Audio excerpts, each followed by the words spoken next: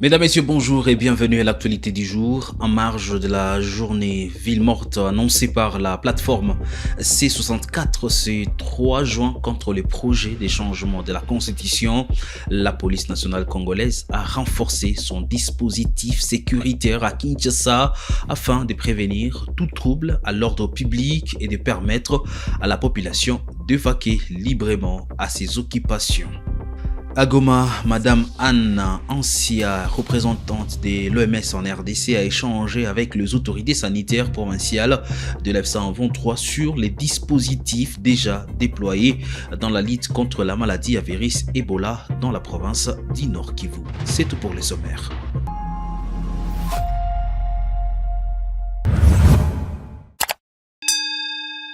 Bienvenue sur Kivu Morning Post et merci de nous choisir pour vous informer dans les 4 coins du monde. La police nationale congolaise a renforcé son dispositif sécuritaire à Kinshasa à l'occasion de la journée ville morte annoncée par la plateforme C64 pour protester le projet des changements de la Constitution.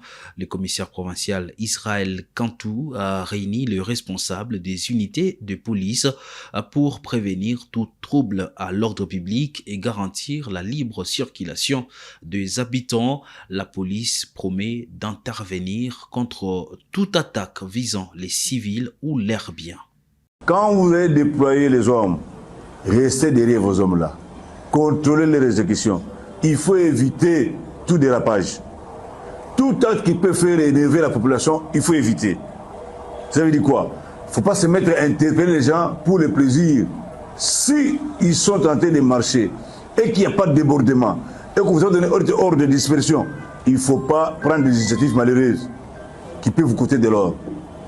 Parce que tout acte que vous allez passer, si ça déborde, la presse va prendre, la communauté internationale va faire des problèmes pour dire que voilà, à Kinshasa, la population n'est pas sécurisée, les autorités ne sont pas à la hauteur de sécuriser la population, ça va prendre une autre dimension. Il y a un groupe de gens venus du Congo central, je ne sais pas, ils sont étrangers ou des nationaux.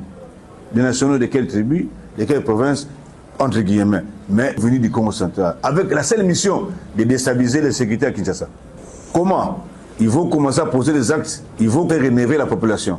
Des tueries, des extorsions, des actes de barbarisme.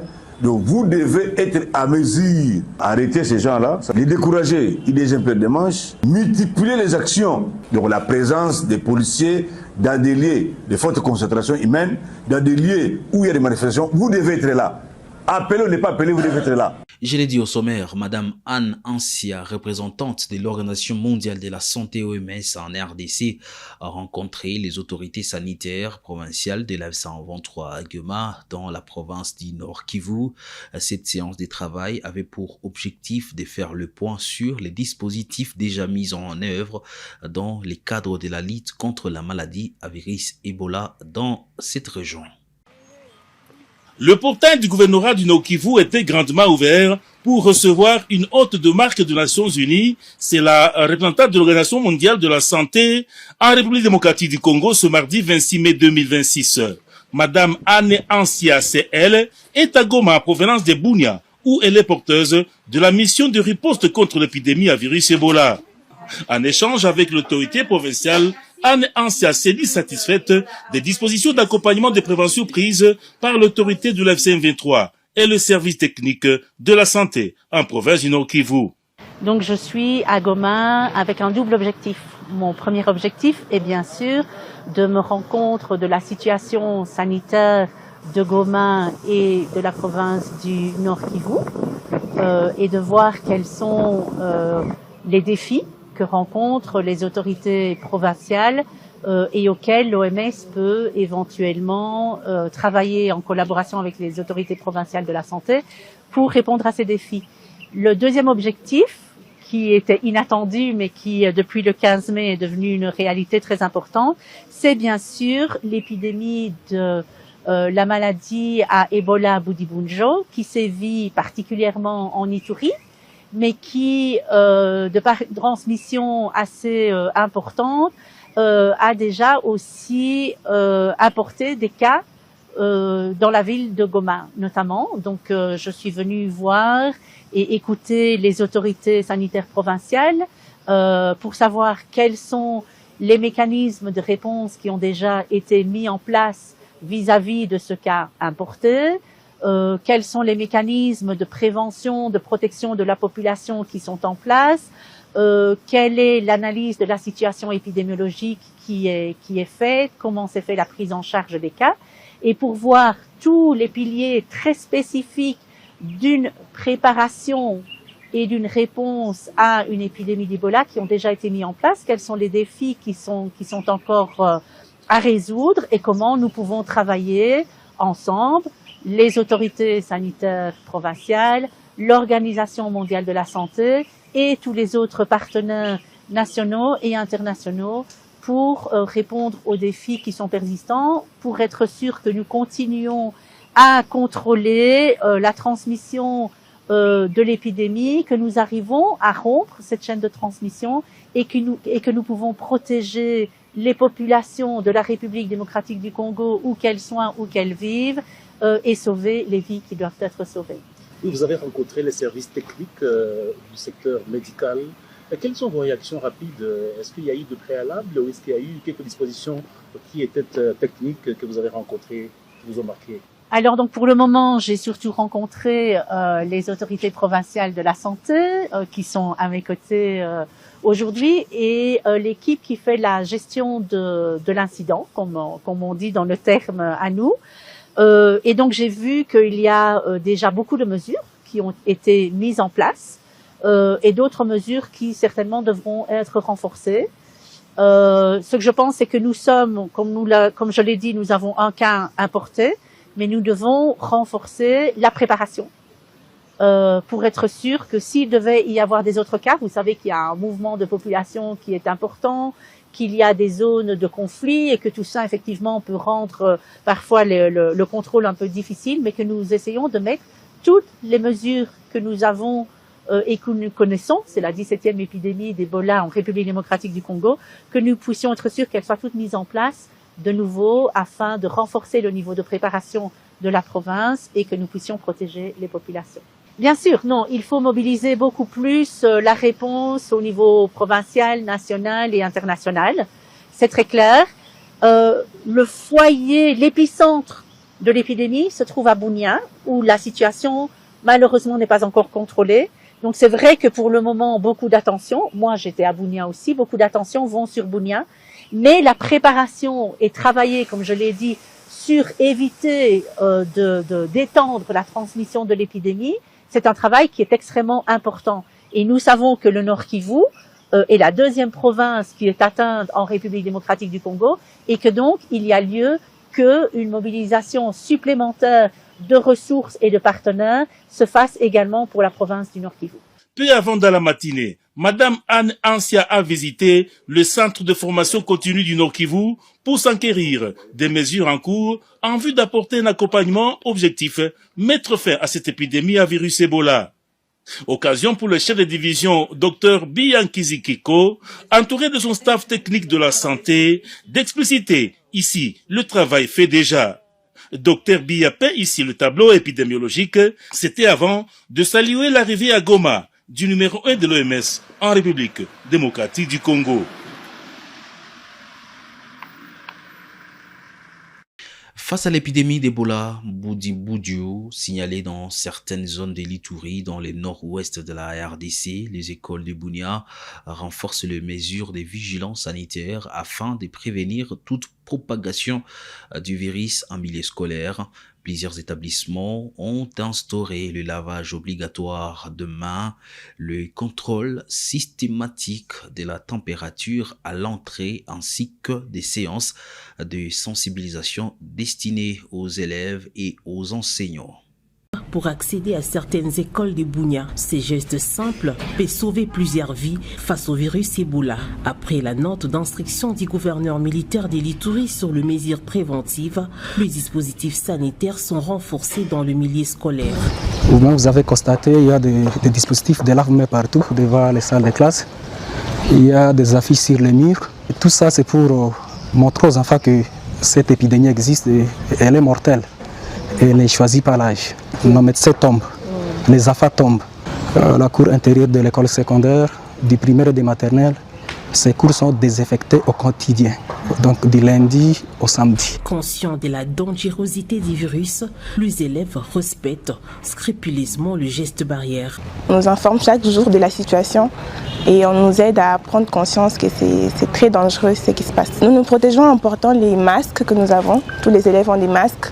À l'entrée, chaque matin, nous lavons les mains, l'eau chlorée, ou encore avec les désinfectants. Pour les tout-petits, la vigilance est doublement renforcée, rassure la directrice d'une école maternelle de Bunia. En tout cas, ce que je vais demander aux parents, c'est de garder d'abord les sang-froid.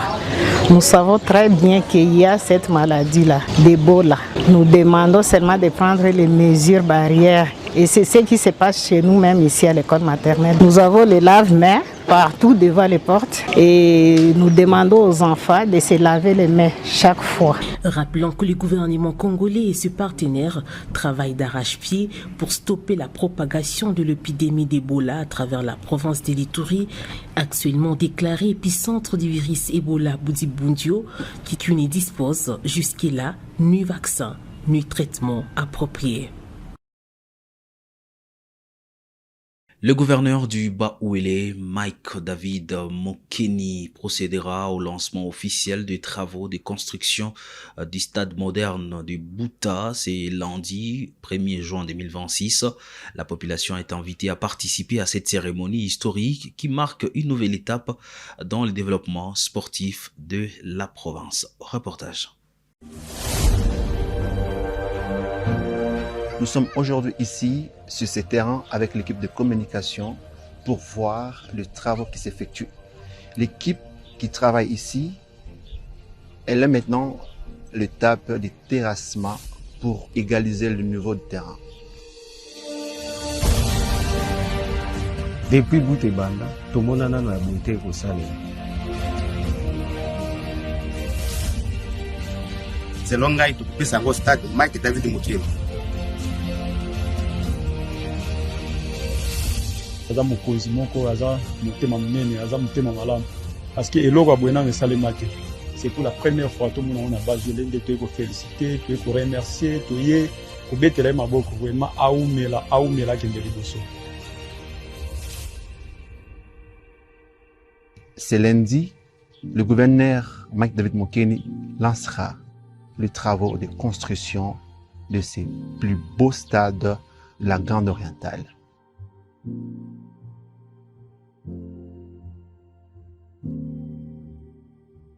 Nous disons merci au chef de l'État pour la confiance.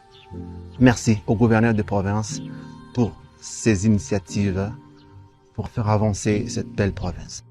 Le gouvernement provincial du Haut-Katanga a délocalisé le péage de contrôle des Kanyaka vers le poste frontalier de Kasumbalesa et de Mokambo.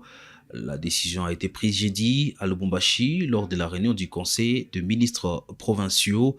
Selon les porte-paroles du gouvernement provincial Max Pandé, cette mesure vise à réduire les embouteillages sur la route de Kasumbalesa. Communication. L'autorité provinciale a informé le Conseil de la délocalisation du point de perception des recettes du parking de Kanyaka à la frontière de Kasumbalesa et celle de Mokambo, en présence notamment des responsables de la DGDA, de l'OCC, de l'Office des routes, de l'ACGT, Sopeco, FEG transitaire, afin de fluidifier le trafic routier de l'axe Kasumbalesa-Lubumbashi. Dans le même ordre d'idées, une instruction ferme a été donnée au ministre des Transports de créer une fourrière à Kanyaka dans le but de désengorger la route Kasumbalesa. Une annonce de l'acquisition de 2 engins type grue a été faite au cours de la réunion. Et pour lutter contre les embouteillages et accidents au niveau du marché Mimbulu et l'ancien péage, le ministre en charge des Transports a été instruit de prendre des mesures idoines pour aménager les accotements. Le ministre des Finances a reçu l'ordre de prendre toutes les dispositions pour l'ouverture des postes de péage des KPM et Kibolwe sur l'axe Likasi-Kambov et Menda sur l'axe Likasi-Kisanfu, frontière avec la province du Lualaba. Au chapitre des infrastructures, le chef de l'exécutif provincial a annoncé la construction des entrepôts dans chaque village agricole de la province afin d'assurer la prise en charge et la gestion de plusieurs projets agropastoraux dans chaque site et la construction des centres de négoce pour organiser le secteur artisanal. Un appel a été également lancé aux agriculteurs ayant bénéficié des intrants agricoles de la province pour le remboursement de maïs à 100% afin de préparer la saison culturelle 2026-2027. L'autorité provinciale. L'Agence congolaise du Grand Travaux, ACGT, accélère les travaux de l'usine des captages et des traitements d'eau potable de Kamina dans la province du Hulumami. C'est jeudi 28 mai 2026. L'ingénieur Dominique Mikia Mulumba a effectué une visite technique du site pour évaluer l'état d'avancement des travaux avant la mise en service prochaine de l'usine. Reportage. Accompagnée de la direction provinciale de l'Agence congolaise des grands travaux Olomami, la délégation a inspecté les différentes installations de cette infrastructure hydraulique destinée à améliorer durablement l'approvisionnement en eau potable dans la ville de Kamina, chef-lieu de la province du Olomami. Selon le directeur provincial, l'usine sera alimentée par une puissance d'environ 5 MW et disposera d'une capacité de production estimée entre 7 et 10 000 m3 d'eau par jour. L'eau brute sera captée de la rivière Lovoy à travers un ouvrage de prise d'eau aménagé en amont. 3 groupes motopompes assureront l'acheminement de cette eau vers l'usine de traitement. Une fois dans l'usine, l'eau passera par plusieurs étapes de traitement avant sa distribution à la population. La première phase consistera en une opération d'aération permettant la déferrisation de l'eau par oxydation. La deuxième étape sera consacrée à la décantation afin d'éliminer les matières en suspension grâce au procédé de flocculation. Enfin, la phase de filtration permettra l'épuration finale de l'eau en retenant les particules résiduelles avant son acheminement vers le réseau de distribution. Après traitement, l'eau potable sera refoulée vers le château d'eau par 3 groupes motopompes multicellulaires de très grande capacité à travers des conduites en fonte du type DN400 destinées à alimenter plusieurs quartiers de la ville de Kamina. Actuellement, l'entreprise Crequit, sous-traitant de Cisco SA et le service national, travaille à l'embellissement du site et sur l'excavation en prévision de la pose des tuyaux de fonte qui vont relier l'usine de captage et de traitement d'eau. Cette usine représente l'un des projets majeurs d'approvisionnement d'eau potable réalisés à travers le pays actuellement. À l'issue de la visite, une réunion d'évaluation a réuni l'Agence congolaise des grands travaux, le ministère provincial des infrastructures et travaux publics du Olomami, les responsables des services de renseignement, la régie des eaux, ainsi que l'entreprise Crecneuf sous-traitant de Cisco SA. Cette séance de travail avait pour objectif d'évaluer le niveau d'exécution des engagements et des recommandations arrêtées lors de la réunion tenue le 16 mai 2026 à Kinshasa. Au terme des échanges, les différentes parties ont constaté avec satisfaction que les objectifs fixés ont globalement été atteints et que les travaux évoluent conformément aux orientations définies par les autorités et les partenaires techniques du projet. Ça n'est complètement fini, mesdames, messieurs, l'actualité du jour sur Kivu Morning Post. Merci à vous de l'avoir suivi. Bon début de week-end chez vous.